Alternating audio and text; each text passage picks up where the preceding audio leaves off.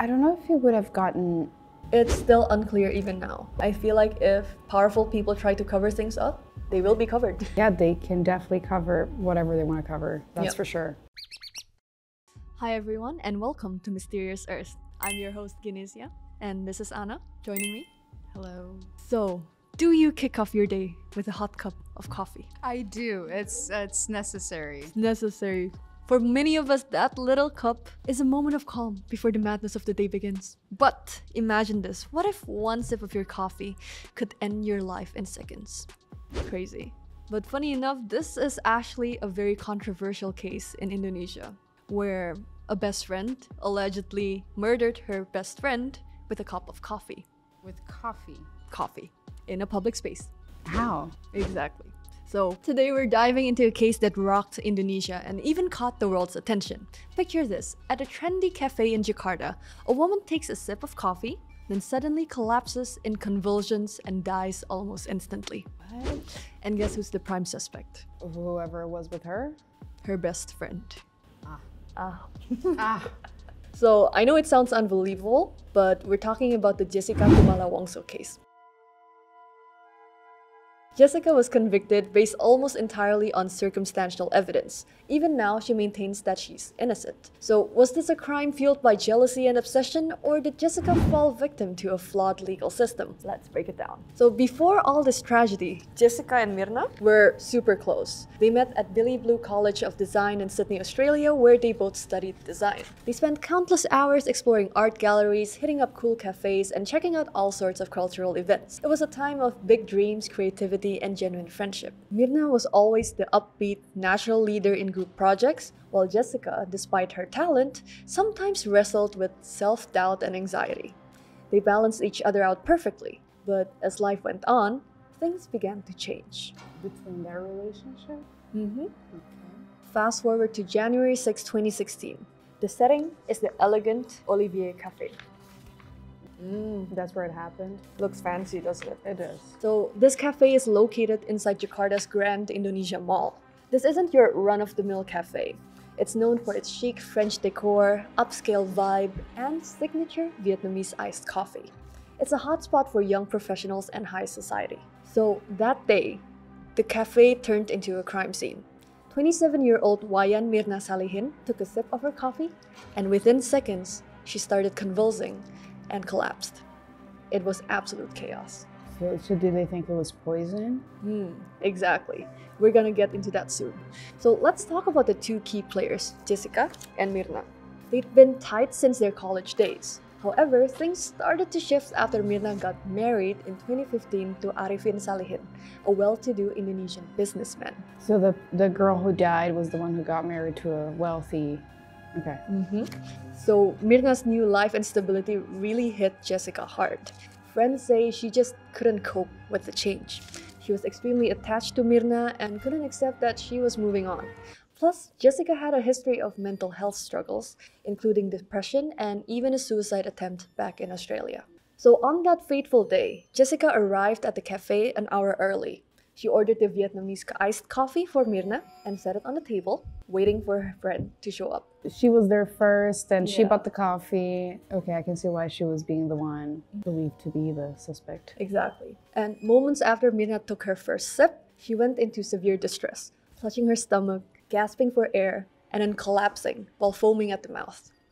Her friends rushed her to the hospital, but tragically, she was pronounced dead on arrival. So, talking about poison that you mentioned, the autopsy revealed that Mirna had ingested a lethal dose of cyanide. Okay. Have you heard of cyanide? I have heard of cyanide, but I'm just wondering how it got there in the first place. So cyanide is sometimes described as having a bitter almond smell. It does not always give off a smell, and not everyone can smell it. It's mostly smell or taste as well? Because I would think that if it's bitter and it's in coffee, you probably wouldn't taste it as much. Maybe it's a very small amount. So when you're exposed to even a small amount of cyanide, it can cause chest pain, dizziness, eye pain, but if it's a large amount, it could bring you to a coma, seizure, or death. So cyanide has been used in some of history's most notorious cases. For instance, in 1978, cult leader Jim Jones used cyanide in the infamous Jonestown massacre, leading to over 900 deaths. So just a tiny amount can shut down your cell's ability to use oxygen, causing death in seconds. I know that story actually. You do? I do. Horrifying. Yeah, it truly is. So after the incident, Jessica was arrested and charged with murder. So here's where things get really complicated. There was no surveillance camera footage showing her adding cyanide to the coffee. The prosecution's case was built almost entirely on circumstantial evidence. But couldn't they see, if they have the footage, wouldn't they be able to see, like, as the coffee is being made, if somebody else? Exactly. So they're not the only ones holding the coffee. So on one hand, they pointed out that Jessica ordered the coffee early and that Myrna was the only one poisoned.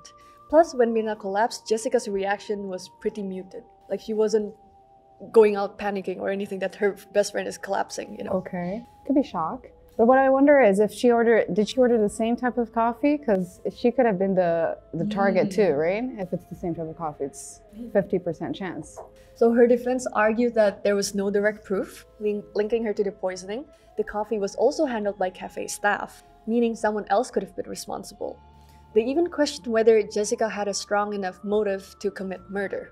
This case really split public opinion in Indonesia. So many people believed Jessica was guilty, while others saw her as a victim of a flawed legal system. Because during the trial, her family held prayer vigils, and on the other side, Myrna's family was out there demanding justice. Do they still think it's Jessica who killed Myrna?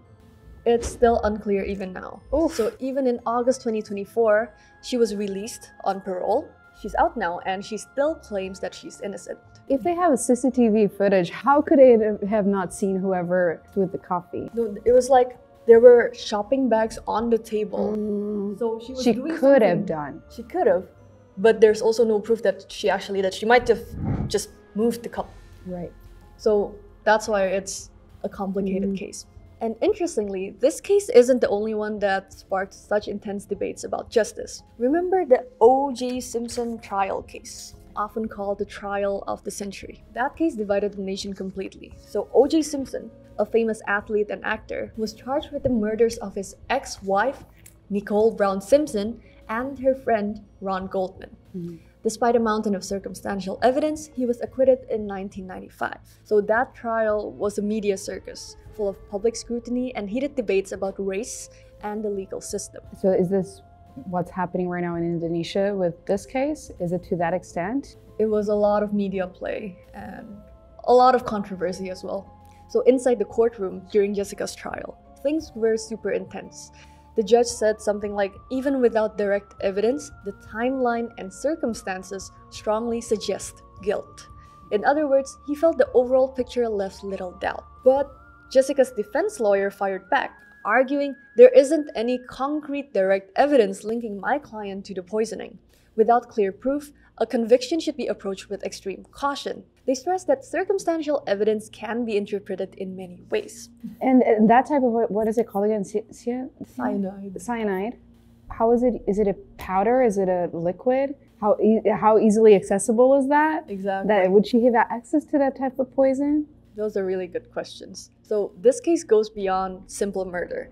It serves as a stark example of how money and power can influence the law. From the beginning, suspicions rose that the trial was swayed by the social status and influence of the two families involved, Myrna's and Jessica's. So Myrna's family was among the elite in Indonesia. Her father, a powerful CEO, had strong ties with politicians and influential figures. So this privileged background allowed them to exert considerable influence over both media and the legal system. Right after the incident, Myrna's father appeared on several news platforms, repeatedly stating, "We seek justice." By controlling the narrative, he attempted to shape public opinion and direct suspicion towards Jessica. They were saying that one of the motives, at least from what you've told me so far, would be that she was jealous of Myanmar and her new beau, and the fact I understood that he was rich and maybe she had a better life now, so I kind of thought that Jessica didn't come from a wealthy background, but now that she comes from a wealthy background, what would she be jealous of exactly? Is it just the fact that she had a relationship? Who knows? I mean, they both went to school in Australia, and it means they're pretty loaded from the pretty start. wealthy, yeah. So also connecting to the legal system. Allegations surfaced that Mirna's family used their political connections to pressure the courts and prosecutors. Jessica's defense team even argued in court that Mirna's family is manipulating the trial using their power. They warned that this could undermine the fairness of the judicial process. So now moving away from the actual crime scene, things also got messy in court. Right. So Jessica's lawyers claimed that this case was manipulated under pressure from a wealthy family. They pointed out that prosecutors focused only on evidence that favored Mirna's side while ignoring the crucial details that could have helped Jessica's defense. But Jessica's defense argued that prosecutors either fabricated or ignored key evidence to frame Jessica.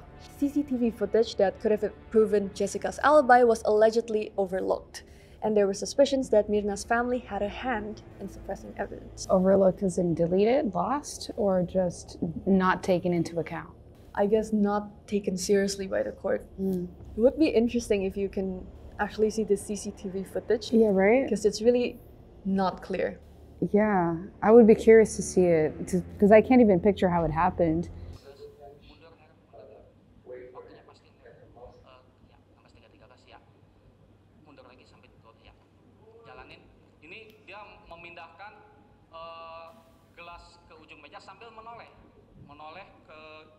But I can see what you mean now, that you couldn't really tell if she messed with the coffee.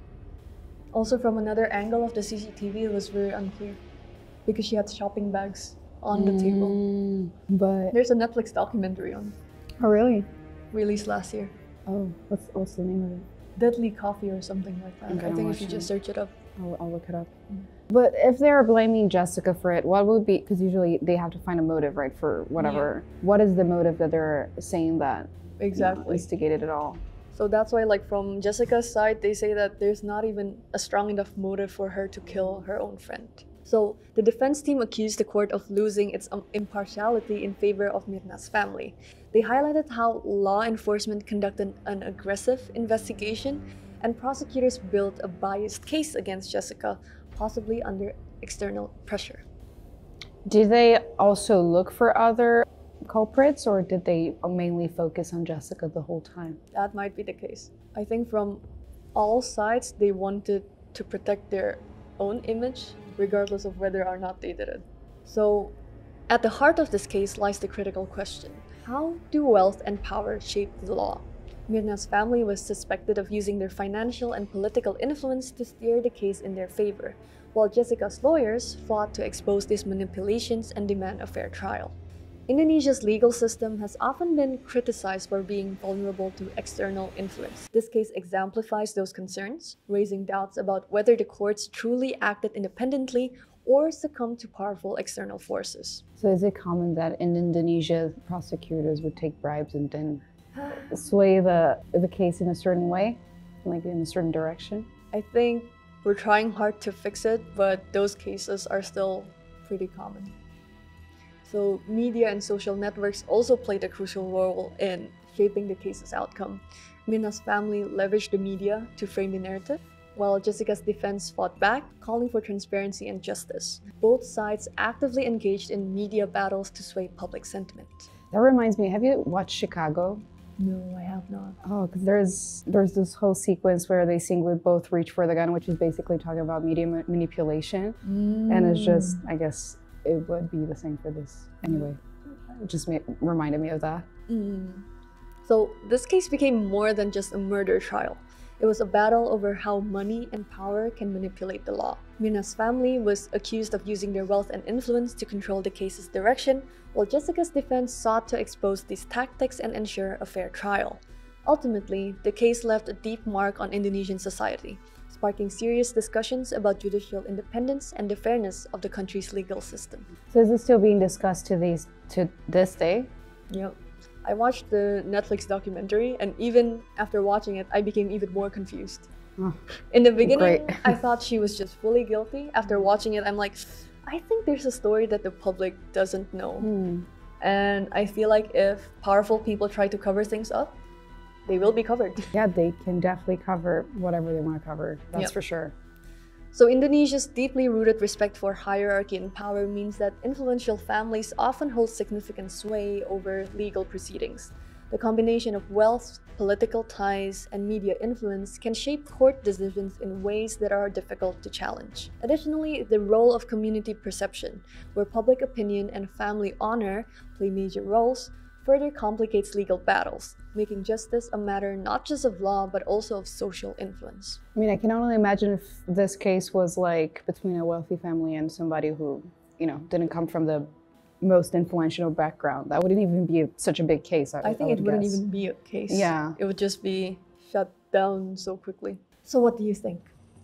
Is Jessica Wangzo a jealous, obsessed murderer, or was she just the victim of a shaky circumstantial case? I don't know. I don't think I have enough information to have a clear opinion on it. Yeah. I still have so many questions, because I don't know how you get hold of cyanide. Maybe I should know that. I don't know. I don't know. What is the dosage that you need to take to die?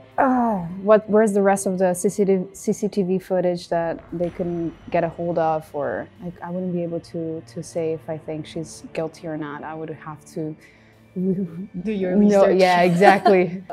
And also, what do stories like these, along with the O.J. Simpson trial, tell us about our justice system and high-profile cases?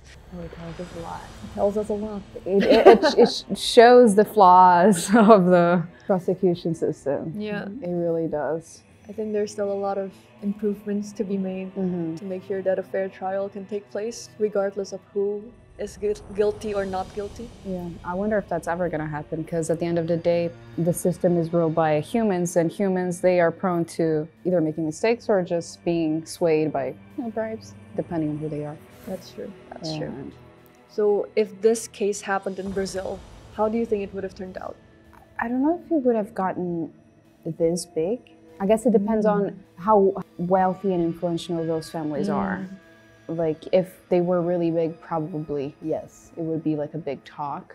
But I do think we face similar issues in our justice system, as you guys do in Indonesia.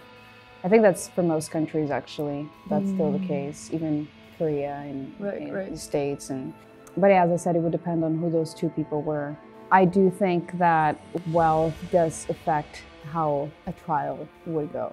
That's for sure. Even for smaller cases, even if we're not talking about, if we're talking about stealing something small, somebody that doesn't really come from a wealthy background would probably go to jail straight away. Meanwhile, some other people would just be let go with a warning or something. You mentioned that after watching the Netflix TV show, your thoughts about whether she was guilty or not changed. I have a few questions regarding that, but what changed your mind? What changed my mind?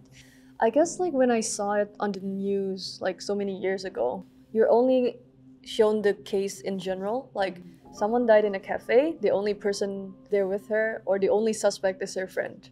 She has some motives and you're like, oh, well, I guess her friend poisoned her, what a bad friend. And I didn't really give it much thought. When watching the documentary, they brought in a lot of sources from her other friend or her family or the staff, the cafe staff. And also they also tried to talk to Jessica during her time in prison. And her answer never changed that she's innocent. And also when she talked about how the police interrogated her, basically it was very aggressive. They were detaining her as if they already think she's guilty. So it feels like she didn't even get a chance to voice her opinions. So I'm wait, that's not supposed to be like that. If you're not sure, and also there's no real proof, it's just circumstantial evidence. What makes you think that this person is guilty? Why are you so adamant to forcing her to be? It's basically guilty until proven innocence versus innocent until proven guilty. Yeah, definitely. And also to see the other perspectives of her family background, and the dad was also brought in for interviews, and I don't know, there's just something fishy about everything. Do you think that now the Indonesian population, their opinion on this matter changed throughout the years? I don't know, I guess it's become kind of when things go viral, everyone's attention is on it, but once it dies down, people kind of just forget. Yeah. It's kind of the same for this case. And then the Netflix documentary came out 8 years later and people were watching it again and it became a debate again. But I think, sadly, as with any other news, people only care about it when it's viral. And after it dies down, only the people actually affected by that event are still plays a big part in their lives. The general public doesn't Just care. yeah. They move It on. doesn't affect their life in any way. So yeah, that's the case for a lot of big issues we have in society, right? They talk about it for a moment and then it dies down until somebody brings it up again. Yeah. Oh, was she sentenced? I Yeah, thought she was sentenced to like 20 years in prison. Oh. But then she was let out early on parole in 2024 last. Oh, so she was sentenced guilty, and And then she was in jail for like 9 years. But imagine if she was innocent. aren't there a lot of cases, even like people who go through death row, like in the States and all? Imagine spending like 40 years of your life in prison only to be proven like innocent. But still, even after watching the documentary, like I can't say for sure that she's innocent. Because she also has some, I would say, mental instabilities, or like the way she acts. It's not how a normal person would act under her circumstance. Oh, does she have any like mental illness? Yes. Before, I think we mentioned that she had depression, she had a suicide attempt. So also when it happened, like she wasn't like, I don't know, if you started convulsing, like if you drank this and you were like, oh, and like, oh my gosh, like what is happening? But she was just like not really doing much. So some people can see it as if she was like expecting it, or as if she was like hitting on this person. But it can also be shock. It can also be because of other mental things, that like she cannot react normally to certain things. So I can't say for sure that she's innocent, but I also can't say for sure that she's not. Had she been to that place before? I wonder. Wonder why she would do it in such a public space. I guess it's kind of like so she doesn't seem guilty if she would do it in a public space. Maybe, yeah. But then if that's the case, then did she know where the CCTVs were and how to sit where she wouldn't be able to be seen putting, Exactly. you know? So I think like there are also discussions of like she looked uneasy. Feels like she keeps on checking out where the CCTV was, and that's why before like she was putting her shopping bags on the table, like you would put it on the bench next to you normally, or on the chair. But why would you put the bags on the table as if to cover up what you're doing with the coffee? And also like if your friend's not there, would you order coffee for them? Like the coffee, if it's hot coffee, it would get cold. If it's cold coffee, it would Get like, watery. get watery. I guess I would if I asked them, like, do you want me to order for you? But I don't think that's the case. I think that's the case. Or maybe like because they're best friends, like you know what your best friend likes, you would just order it for them before they got there. But yeah, so also like where would you get cyanide? Yeah, that's do you know? Is it easy to get access to cyanide? I don't think so. If it's that deadly, I don't think it would be sold. I mean, but then again, you have like bleach that's super corrosive, and we get access to that sort of thing. We could have access to it, but I don't. But like bleach isn't meant for consumption. What is cyanide for? Yeah, exactly. There we go. It's definitely not for consumption. But yeah. I searched it on Google and they say don't die. Don't die? he was trying to kill himself. So if do you need help? Where can I find cyanide? Where can I? Yeah, that's true. You shouldn't be Googling that. Well, I guess if you do know where to find it, it may lead to dangerous things. Did you drink an almond latte? It was the Vietnamese drip coffee. The drip coffee. Oh, but that thing is strong. So I'm not surprised she didn't smell it or feel it. And also it says like only a couple sips, so it's not like she drank the whole thing then felt something was weird. But it's like just one sip. Even if it's weird, then she died before realizing that it tasted weird. Right. If she died so quickly, that also means that it was very high dosage, right? Because it's diluted in liquid. Yeah. It has to be lethal dose in like a couple of sips, diluted in water. So the dosage was really high, probably. That's true. Like how much cyanide would you need to get it to that dosage in a cup? Sorry, my brain just... You're good. This is good. You're a good guest. And I do not have the answers. Do you know if she ever went to this cafe before? I don't know, but I've been to the cafe. Okay, it's probably it's a famous spot. Yeah, I mean, Grand Indonesia is like in central Jakarta. It's one of the really big, nice malls. It has all the branded kind of stores. So like really the high-end people can afford to actually shop there. So the cafe was really nice. Like the cafe was still open after this case. During the case, I guess it closed down for a bit. But I guess if not here, it could have happened anywhere else. I know, I just asked whether she went there before to see if she could have planned it beforehand. Like she knows where to sit and where exactly. the CCTV. Yeah. Because from that CCTV footage, like she was right behind the plants. All the other tables we could kind of see it, except that one. Could also just be the one that was available. How busy was the cafe at that day, you know? Yeah, that's true. So I don't know. Do you think 20 years of prison sentence is short or long for a murder? I'm really going to be controversial here. I guess it depends on the type of murder. Like, in this case, it wasn't self-defense, right? If it's self-defense and somebody gets, can you go to jail if it's self-defense? I feel like you could in some countries. But if it's self-defense, then it's unplanned murder then. Right. But then the sentence would be different. So that's what I mean. It's really hard to say what's a good amount of years, because it's also how cruel is the murder. You know, like if you have serial killers that have murdered multiple people and they torture and they rape and they whatever, like those things are way worse than poisoning. Not that it's not bad. I think the sentence also adds on, right? So if it's murder, for example, like I'm not sure like in which country this is, but like 20 years for murder, 10 years for torture, 10 years for kidnapping, 10 years for whatever. Yeah, so in total, you're breaks sentenced down to 300 years of prison. If we're just talking about murder, just murder, nothing else. I don't know. What is the usual? I don't know. I think it depends per country. But the thing is, like, if you murder someone but you're not sentenced to a lifetime or like the death sentence, like, I don't know. This might be me watching too many K-dramas, but like 20 years later, they go out of prison and then they seek revenge and then they kill like the next of kin and stuff. So that might be scary. I think it also depends, like 20 years for let's say if you have a 15-year-old that committed murder, that's an extreme case, but they would be out by 35 versus somebody who's like 65 and they will come out 85, you know what I mean? You know what I mean? Yeah. The impact of those 20 years are very different depending on how old you are too. I don't know, it's difficult. Like, who are we to say what a person deserves? That's why I don't work in a prosecution's office, because I don't know. That's true. So, what do you think of the case? It's very interesting. I wish it was a close case. It seems to be. Although she did get sentenced, but it still seems like it's not, that trial is not fully accepted by the public. So a bit disappointing in that sense. I like to know the end of things, but it's very interesting. And it's interesting also like how you talked about the media and the influence that money can have in how a trial can go. So that was quite interesting, yes. It's interesting that a local case for me is getting a lot of like international attention, and it's quite nice hearing it from your side. Like, you're not Indonesian, you're from Brazil, you're from the other side of the world, but you're hearing this case and also giving your thoughts and comparing what if it happens in your country. I still recommend that you watch the documentary and tell me your thoughts afterwards, so you can have like a more balanced point of view. Yeah, I definitely will. I'll gather more information. So today in Mysterious Earth, we talked about the Indonesian coffee killer case. If you liked the video, please like, subscribe, and comment down below. See you later. Bye!